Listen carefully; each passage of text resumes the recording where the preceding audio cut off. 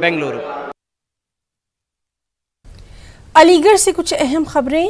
अलीगढ़ शहर के शाहजमाल इलाके में जुमे के रोज हुए पथराव के मामले में पुलिस ने कड़ा रुख अपनाया। पुलिस ने वीडियोस और फोटोज की निशानदही पर पथराव करने वाले लोगों के फोटोज जारी कर दिए हैं। फोटो के पोस्टर बनाकर शहर के चौक चौराहों पर नस्ब कर दिए गए हैं। लोगों से शिनाख्त बताने पर इनाम देने की भी बात कही गई है। एसएसपी अलीगढ़ आकाश कुलहरी ने जानकारी दी कि 20 से 25 लोगों के फोटो लगाए गए हैं, जिनमें से कुछ की शिनाख्त कर भी ली गई है और उनकी गिरफ्तारी के लिए भी कोशिश जारी है।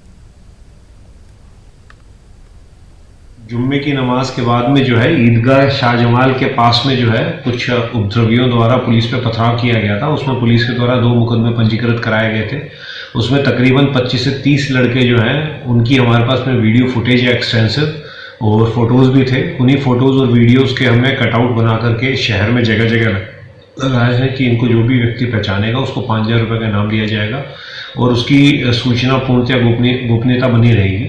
उसी के तहत में हमको अभी 10 से 15 लड़कों के नाम पता चले और उनका आइडेंटिफिकेशन भी हम लोग कर रहे हैं। वो अभी घर से भागे हुए हैं।